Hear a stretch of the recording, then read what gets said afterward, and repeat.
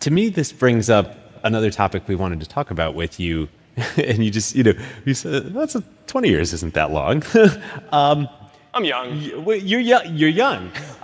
We all are. This is the advantage of being a college dropout founder. Yeah, no, with it is. one Yeah. company. When you start when you're 19, it's like, hopefully we have more than 20 years left. And hopefully you have like Buffett duration. Yeah, maybe. Hopefully. You set up the company in a, especially at the time, truly unique way, where you can operate the company and take that approach. But effectively, you can take that perspective in a way that if you are a CEO, non-founder, without a structure that you've set up, you just can't. And I think, in doing all the research for this, a thesis we've developed is that that is just one of the core fundamental advantages that Meta has. So as you were setting up the company, when you were so young, even when you went public, you were so young, why was that so important to you? Well, in 2006, Yahoo wanted to buy the company for $1 billion, and everyone on our management team wanted to sell it, and the board tried to fire me.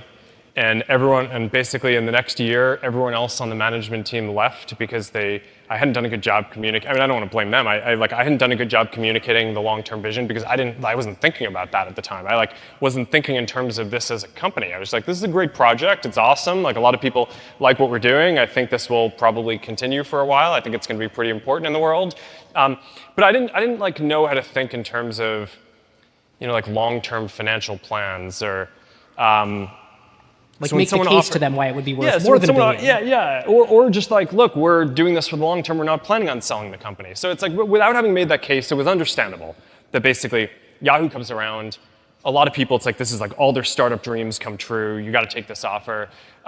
Because I just wasn't in a place where I had the sophistication to basically articulate a lot of the stuff around where we were going longer term. It probably wasn't super confidence inspiring to them when I was like, hey, I think we should turn this down because we're going to do this. So after that, it's all right, well, I don't want to get fired from my own company for wanting to build it. So let's try to set up a governance structure that makes it somewhat harder to do that. Learning through suffering. Wow. And being very cash generative very early, such that you had a very real going concern on your hands, and you just didn't need to cut off your arm and sell it to someone in order to build your business. Yeah. Totally. I think this is a fundamentally misunderstood thing about Facebook, the startup. It is the prototypical startup. You are the iconic startup founder of this century. And there's a lot of people that want to start a startup for a lot of the glamorous reasons of starting a startup. You hated being a startup and wanted to stop being a startup as fast as possible and be a going concern. Yeah, I think we're having a lot more fun now.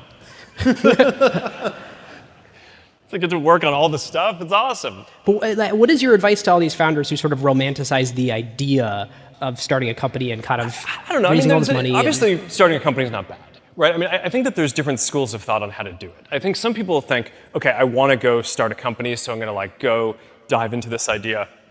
And I just think that that's a little bit dangerous because there's this issue, which is you have to be able to be nimble and pivot around until you can figure out what works, right? Part of the reason why I didn't think Facebook was going to be the company early on was because when I was in school, I built 12 different things, right? That were just things that I wanted to exist. And it was all right, this is fun. Okay, let's build another thing. It's okay, this one's fun. People are still using that. I'll help upkeep this one. But I had a bunch of other ideas for stuff I was going to build too. So I just I didn't know how to think about what a company was going to be. And it was so. I think there's something about maintaining flexibility that's helpful. Once you hire a bunch of people, it's a lot easier when you can just have meetings in your own head about what direction you want to go in. And it's and there's a lot less pride and people dug in when you're just okay, I'm going to change direction. It's people haven't invested their ego in no, we were going in this direction and now I must be convinced. It's so I do think that that's a thing where you want to keep things lean and be able to do that. And that's one of the reasons why we tried to get the company back to being whatever the leanest version of a large company is that we can be. But I do think that there's something to that, where it's like, it's obviously it's not super fun not having the resources to do what you want to do, but I think it also is problematic to have more people working on something than you should have for the stage that it's at, because then the people who are working on it don't have the agency to actually like make the changes and do the things that they need to, which is less fun, and then you can't attract the best people to go work on those things because it's less fun. And so I do think you just have to dial it right.